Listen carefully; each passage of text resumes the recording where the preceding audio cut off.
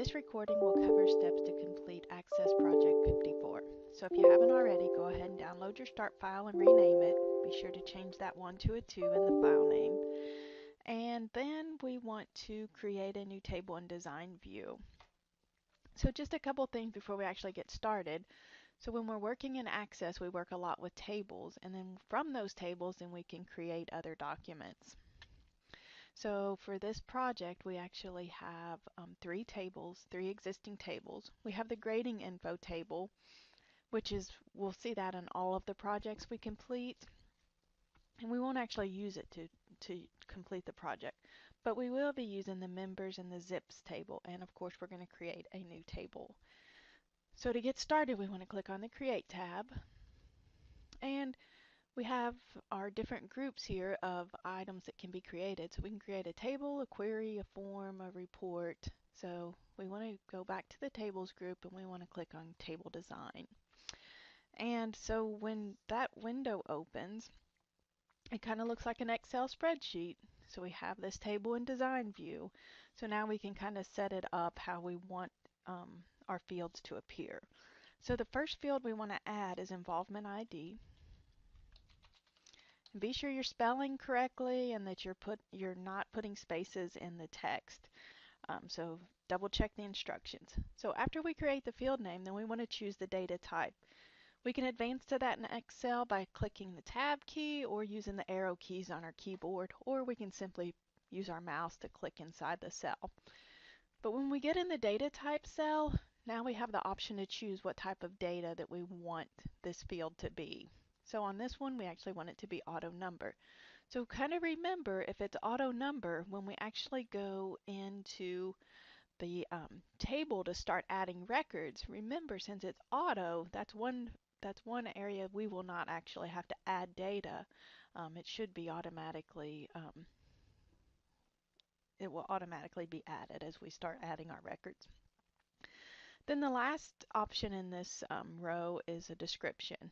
And there might be times where you want to give a few more details about what you're looking for. In this case, we don't want to add a description. So step B wants us to set involvement ID field as the table's primary key. So we want to click back over here to involvement ID, and we can click in this cell anywhere to select it, and then by default we get the option to the Table Tools tab option when we have that cell clicked or selected. And so from the Design tab, we can see in the Tools group we have Primary Key. So we just want to click that, and you'll notice it puts a little golden key in the left margin. All right, so we're ready to advance to our next cell, or to create our next field. But first, we want to go ahead and save this table. So in the Quick Access toolbar, we want to click on the Save tool, and we get the option to name this table here. So we want to call this table Involvement. And then just go ahead and click OK. All right, so we have our table named. So before, you might have noticed it said Table 1, I think. So now you can see the table name here on this tab. So we're ready to add our next field. So our next field will be member, and we want NO at the end of it. And for member, we want our data type, so you can hit your tab key. We want that to be the number data type. And so we can tab, we don't have a description, so we can hit tab again, and we're on our third field. And for this one, we want to name our field event name. And we want to hit that tab key again, and this one we want short data text. By default, it always starts with short data text, so we don't need to change anything there. And then our fourth field, we want to type in event date. And again, we want to hit our tab key, and on this one we want date and time. Now, one little shortcut, you can always use your drop-down list by clicking your more arrow, or if you know for sure, if you don't have to look at the list, you know that you want to use date and time, you can just start typing the letter D and it will automatically populate it for you. All right, so step 5, still in design view, we want to add a fifth field to our table, and this one we want to call hours donated.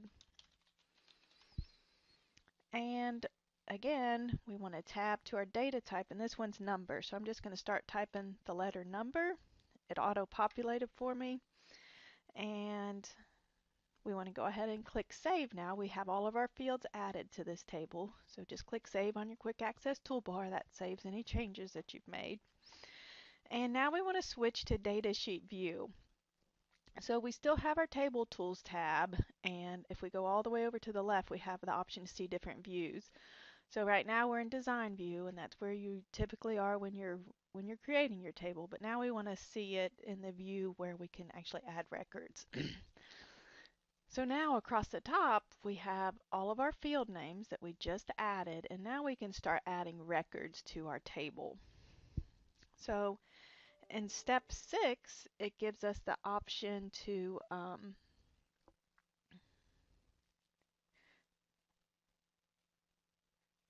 it tells us that it wants us to add 2 records, and those records are at the bottom of the page on 6. So remember, involvement ID, that's auto number, so we just want to go ahead and tab past it. And then for the member number, we want to type 1. And for event name, we want to type a dare project. And then for the event date, notice we have the option to use the little calendar here. And if you click on it, it just kind of drops down. But notice that this is for 2019. So be sure if you decide to use a calendar that you go ahead and advance to July 2019. And we want July 1st. And then we can tab again. Our hours donated is 5. Tab, and that takes us to our next record. So remember, involvement ID is auto number, so we can just tab past it. And we put 2 for our member number. Event name, we want to put Scout Camp. And the event date, and we can also just manually type in our event date too. And then our number of hours is 4. Okay, so we added those 2 records, and once you've added those, it wants you to go ahead and save and close the table. So if you just go ahead and go over to close the table, it didn't really say that you needed to save it. If there was any data that you needed to save, you would have received a pop-up that says please save. All right, so step 7. This step, we want to open the members table in Design View. So I'm going to just double click the members table. So we have it opened in Datasheet View. So again, we want to go to our View tab. And so I'm in the Home tab, View, and I'm going to change it to Design View. And now we're going to change some of the field names in our table. So the first field name we want to change is first. We want to put member first. And all we have to do is click in that cell, put our insertion point where we want to start typing, and just start typing. So we also want to change member last, or last to member last. Okay, so step 8, with the members table still open in Design View, we want to change the data type property of the bio field to long text. So if we go all the way down here to the bottom to bio field, and we see right now it's on short text, and we just want to go down that list and change it to long text. So now in Design View, so we want to switch it from, oh sorry, we're still in Design View. We want to add a new field to the members table after the bio field, and we want to call this cell phone.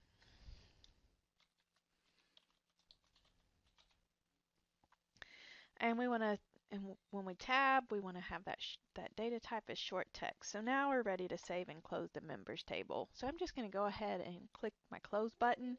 Now, see, I didn't hit the save tool, so I'm getting the pop-up. Do you want to save your changes? So I'm going to hit yes. So that's a nice thing about Access is it does give you the option to save stuff if you have forgot to. So step 10. We want to create a new relationship in the database as described below. So we want to open the relationship windows. So to do that, we want to go to Database Tools, and we have this Relationships group. So to open the relationship window, all we have to do is click on relationships. And this tells us we have our two tables related, our members table and zip tables. But remember, we created a new table and it's just kind of out there on its own because we don't have it related to the two existing tables. So to do that, we want to add the involvement table. So to add another table, the first thing we want to do is show our list of tables. And so then we can scroll down this list and click on involvement. And we want to click add. And we can go ahead and close this show table dialog box now that we've added the involvement table. And we want to create a one-to-many relationship between the members and involvement tables using the common member number field. So to do that, we can just click on Edit Relationships, and that gives us an option to edit, add, change, whatever. So to do to create a new one, we want to click on the Create New tab, and our left table will be the Members table, and our right table will be the Involvement table. And remember, to join these together, we actually have to have some kind of field that's a common field in both tables. So the common field in these two tables are the member number. So we have member number here and we have member number there. So we want to choose member number and go ahead and click OK. And the instruction tells us that we want to make sure that we enforce referential integrity. So we want to check that.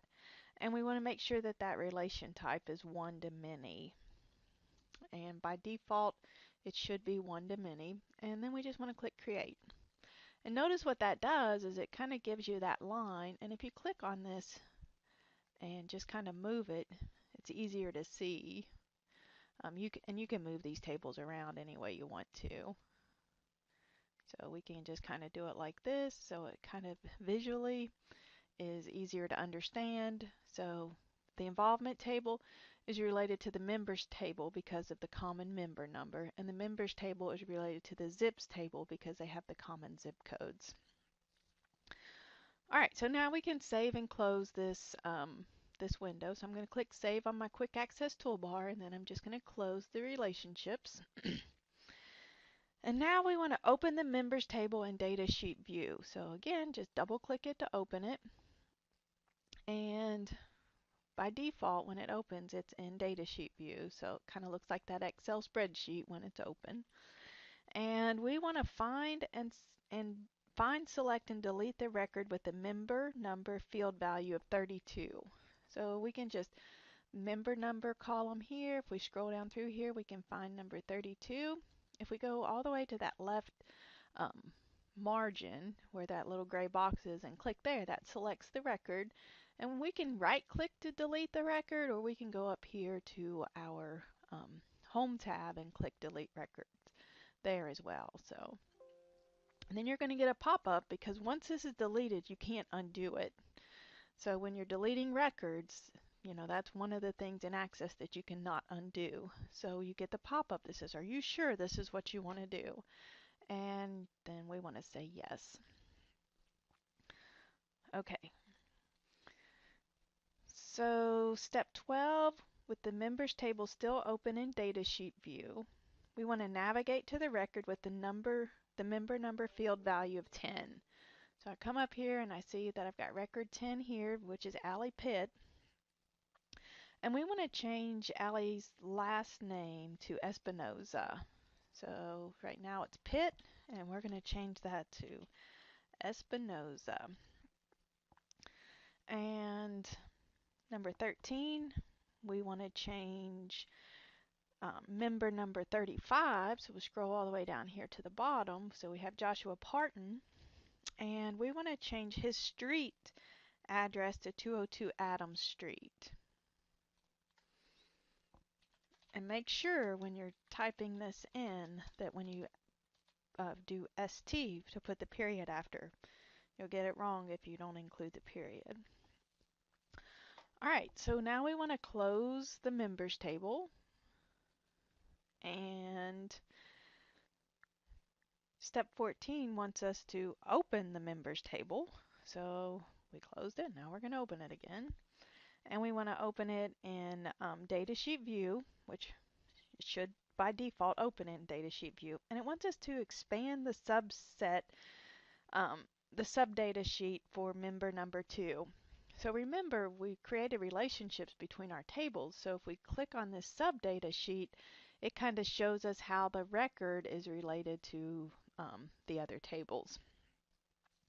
So on this one, we should see um, we should see an event name, and so we have a scout camp, and we actually want to edit that name to Boy Scout Camp. So we're just actually going to make a change to the involvement table, but we can do it here because that table is related to our record in the members table. Okay, so once you've changed that that record from Boy Scout or from Scout Camp to Boy Scout Camp, now you can just go ahead and click Save on the Quick Access toolbar. You can go ahead and close the members table, and you're ready to we want to save and close any objects in the database, so I don't have any open. And it does tell us to compact and repair your database. So if you go to File, and as soon as you hit File, you should get the Info on the Info tab, and you see the option for Compact and Repair Database. And once you click it, it just kind of does its thing, and then you can just go ahead and close your database and submit it. So if you have any questions or need help with any of the steps, feel free to give me a call or send me an email.